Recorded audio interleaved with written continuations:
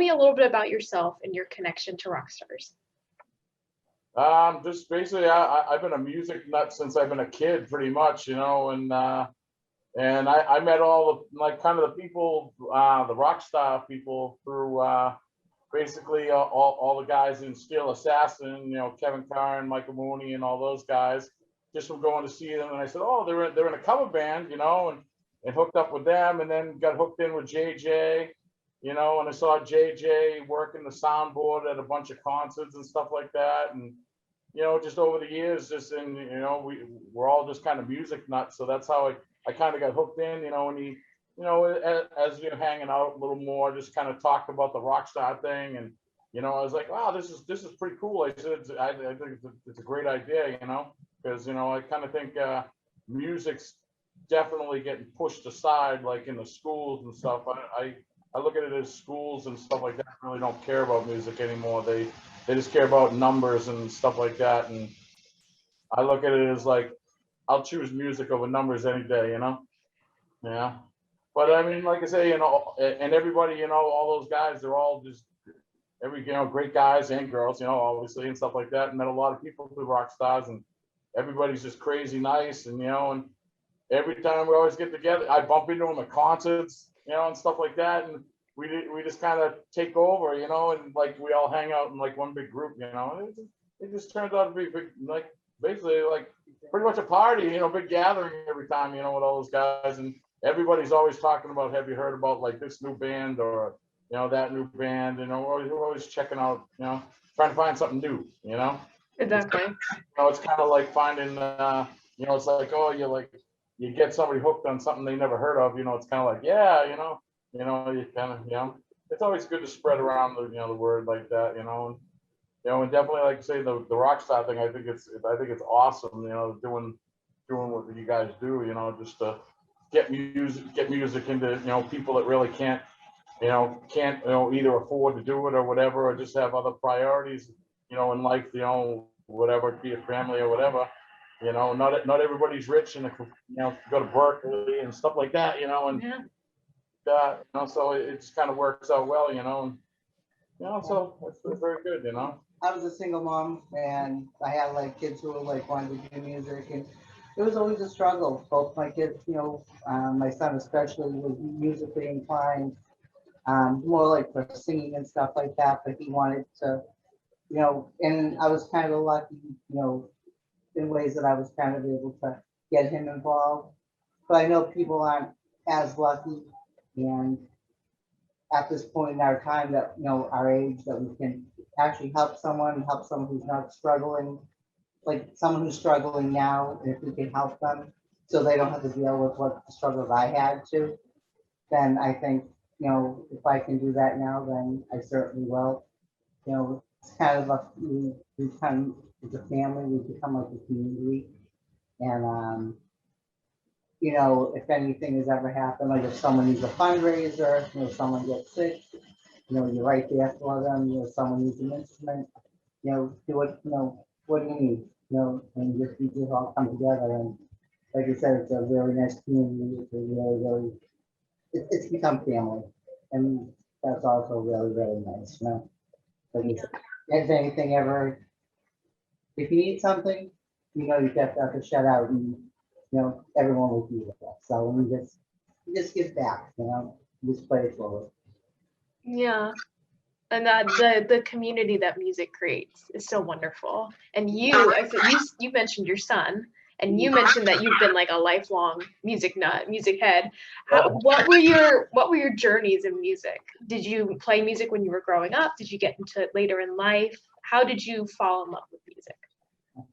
Well, actually, I'm just kind of dealing with a lot of it now because, I started loving music probably like, early teenagers, but I was into like the little pop, back in the day, like Bay City Rollers, like Sean Cassidy and Andy Gibb type things back in the day. And like this weekend, just found out that the lead singer from the Bay City Rollers just passed away. And I've been like re-listening to all the music this past weekend. And I just been driving and just like getting all the feelings that you had when you were a kid, and it brings back all the floodgates and happy, sad, the goosebumps. It was just pop music back then, but that's what we had. And over the years, my taste has definitely evolved, but I've always liked music. Um, Definitely being with him, I've been introduced to an awful lot more than I had. My kids, they played the bands or they were in choir. My son was like into doing like shows and stuff like that, Broadway type things. And always had some sort of, my father loved music. He loved old Motown and, you know, old, Hank Williams. And my mother was an Elvis Presley nut. So, And now a Freddie Mercury nut. and now a Freddie Mercury nut. So, like I said, it's all kind of evolving. It's just what you're brought up with, different tastes, your friends usually different things, and that's kind of where I'm at. I'm on my basic roller kick this week. I really when I was younger, I always like I went to Catholic school when I was younger, so there was a big music thing going on there. They always wanted music and stuff, and one of the teachers that always was really good. I always remember the guy, Mr. Sullivan. Guy was an awesome singer. Guy sung in all the choirs and all that stuff, sang in Boston and stuff. The guy was great. And he always just tell me I was a good singer, but as I got older, that kind of disappeared, But then I got more into like I wanted to play an instrument when I was younger, and I always I took music lessons and stuff up in Wallaston by the Wallaston Theater, and took music lessons and everything. The guy actually used to come to my house and all that stuff back in the day and all that, and taught me stuff. And I kind of put it this way: I was a bad student because I didn't see what he was trying to teach me when I was younger. I wanted to go out there and be Eddie Van Halen. knew that wasn't going to happen, but that's what I wanted to play. And he wanted to start me off teaching me, the Mary Had a Little Lamb and all this, stuff like that. And I kind of got a little fed up, and just kind of gave up. And then, it started later on a little bit, just learning, hanging out with some of my metal friends that had bands, playing the channel and all that stuff in the 80s, and just watching them. They're like, we'll teach you. And I took up a little bass, playing some bass and everything. Never got anything serious. Just playing like a little bit of covers and stuff like that, but nothing ever serious. And I keep saying, everyone's like, oh, you should stop playing again. You should stop playing again. I'm like, yeah. I just never do. And, I'm more of like, I'm an excellent air guitar player now, but, and so like saying that's pretty much it. I'm more like, I love watching people play up and down, and I could say, oh, that guy's playing that guitar or this bass, or check out the notes this guy's playing. I always know all that stuff. I couldn't read music, even though when I originally started, they tried to teach me to read music. I should have paid attention, and stuff like that, and they got a bunch of music friends that were like teachers over at Berkeley and stuff. They're like, oh, I could teach you to read music. I was like, oh, I remember that. That was headache inducing, and stuff. But like I wish I got more into it, but I just not a lot of time with work and all that stuff now. We can't. It's kind of weird saying that now, with all the COVID and everything, seeing lockdown. But what? Yeah, I've never been music. I can't sing my way out of a paper bag. I can do I do very bad karaoke, and I've never been able to play an instrument well. So I leave it to the professionals, and I am just the enjoyer of. I feel you on that one. Oh yeah. I'd much rather be doing the administrative than being up on that stage, as much as I love seeing people up on that stage. I'll get up and I can be a little extroverted, but yeah, it's not good. We'll leave it to those who are the really talented folks. That's right. That's right. I think this is a good question. How did music create a community for you? I know you talked about this a little bit already, but how did music shape the community around you? That's all we know. That's pretty much all we have. I mean, yeah, I look at it this way. You know what?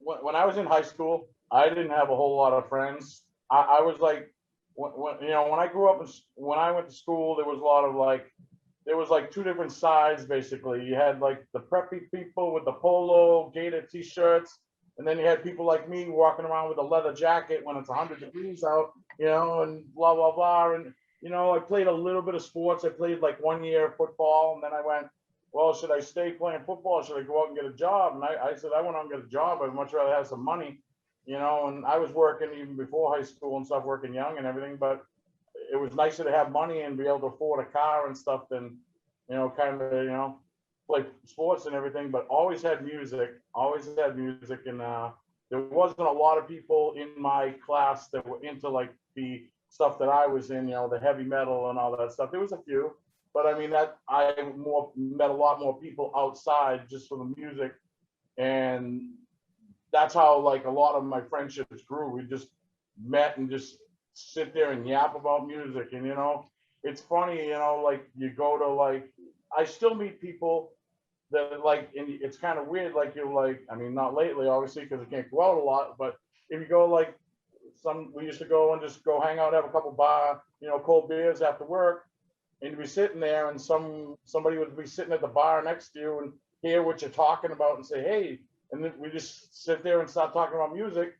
Next thing you know, it's like 4 hours later and everybody, and it just goes on and on.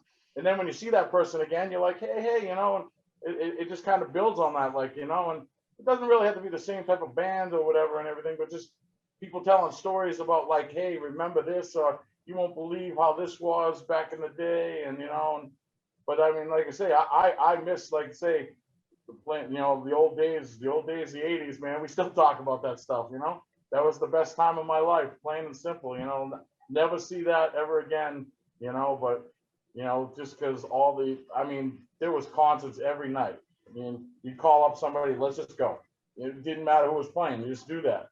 Not a lot of people do that now, but, and it's not really a circle for that, but you always, like say, you go to these places, you meet people, and that's how I was, music just basically hooked everybody together. And, we always kind of have a rule, don't talk any politics, don't talk religion, let's talk music, whatever, but, because, you can argue about music and laugh, but if you talk about the other stuff, it always ends up in that, and that's the way it always, music, you could say, oh, well, I could say this band's great, and some person could say it stinks, and you're like, yeah, whatever, Not my cup of tea. Yeah, but that's usually, that's my saying. Somebody says something I don't like, I just go, tea time, for me, that's all. Well, but you don't really hurt anybody's feelings, but everybody says, yeah, that's all. No, probably one of the things that we were talking about, like having, where you found like your community. I was going to see a friend of mine who was in a band, and I'm gonna go to the show. And he was like, well, I don't want you going to Boston by yourself. I'll come with you. So we're going to the show to see my friend's band. And he walks in and he sees a friend from high school who's in the opening band, who's playing the keyboards. So he's like, oh, this is my friend Bobby. And then the other band that was opening up for my friend's band, he's like, hey, I know her. She was a bass player in the metal band of my friend's band. And they were opening up for my friend's band.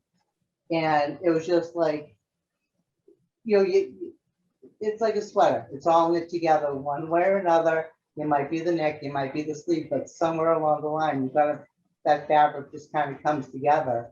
And to this day, like the band that, that he knew the bass player from, they're like our dearest friends. They're here, like when we have holidays, they've become like dear friends. We still see Bobby. My friend has like passed away, but but that music still brings us together. When they have memorials from, like, it brings us still all together. And you can see, we go to a show and we'll see the same people. We went to a jazz show, and he goes, oh, we won't see anybody here. And like everyone, we walk in and there's a whole table of them. Like, oh, well, look at that, they're here, So, everyone, it does. It just it knits everyone together. And if you want to find out something about someone, you go to a show. Hey, have you heard about you know, you'll find out, you know. And that, like I said, it's a friend community.